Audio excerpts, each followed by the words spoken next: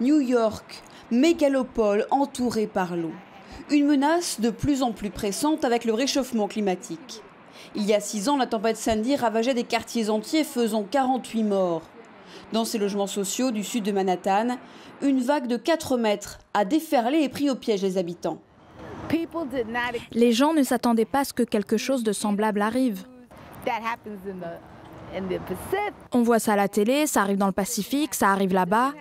Ça n'arrive pas à Manhattan. Eh ben si, c'est arrivé ici. Après Sandy, la ville de New York a lancé un plan d'action à 20 milliards de dollars. Un projet monumental sur lequel a travaillé l'architecte Simon David. Faute de moyens et de consensus, les travaux commenceront seulement au printemps prochain.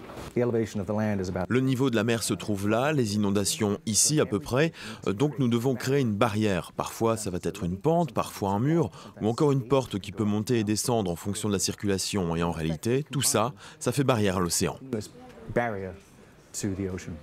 Selon les dernières projections, le niveau de l'eau à New York devrait monter de près de 2 mètres d'ici la fin du siècle, sans compter les tempêtes de type Sandy, plus fréquentes et plus violentes.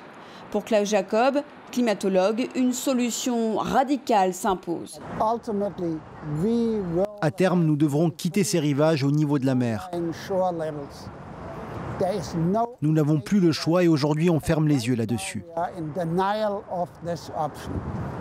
New York a un plan à court terme, mais les Nations Unies le répètent, il faut penser encore plus loin. Le secrétaire général de l'ONU espère convaincre chefs d'État et de gouvernement lors du sommet climat qui se tiendra lundi à New York.